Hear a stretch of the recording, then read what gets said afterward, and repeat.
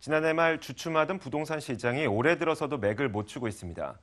물론 비수기라고는 하지만 지난해 이맘때와 비교하면 분위기가 많이 달라졌는데요. 한파주의보가 내려진 올해 부동산 시장의 투자 포인트는 무엇이 있는지 문정우 기자가 정리했습니다. 정부가 지난해 11월 3일 꺼낸 부동산 규제 카드. 주요 과열된 지역을 중심으로 전매 제한이나 청약 요건을 강화해 실수요 중심으로 시장을 재편하겠다는 의도였습니다. 2개월이 지난 지금 청약 시장을 포함한 주택 시장에서는 즉각 반응이 나타났습니다.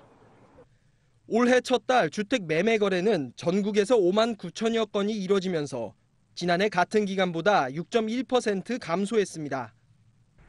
전반적인 경기 침체에 금리 인상 가능성까지 더해져 부동산 투자 심리가 위축되면서 나타난 결과입니다. 작년도 11월 3일 부동산 대책의 어떤 영향, 그리고 올해 하반기부터 예상되는 초과 공급, 이런 여러 가지 좀 조건, 영향 요소들로 인해 가지고 매수 심리가 상당히 위축되고, 따라서 주택 시장이 약세를 보일 것으로 전망됩니다. 결국 투자자들의 발길이 멈춰버린 상황.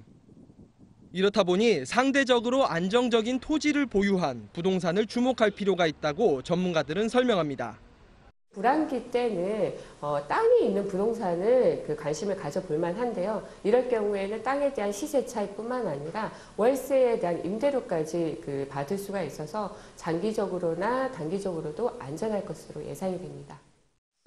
또한 금리가 오르더라도 예금 금리보다 임대 수익률이 더 높을 것으로 보이는 만큼 수익형 부동산에 대한 수요도 꾸준히 이어질 것으로 전망했습니다.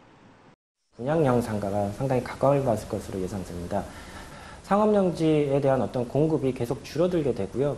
반면에 어떤 금리는 계속 낮고 저금리 기조는 계속되고 있고, 부동산 임대 수익률과 그 갭이 지속됐을 것으로 보이기 때문에, 그러면서 어느 때보다 신중하고 선별적인 접근이 중요하다는 조언도 덧붙였습니다.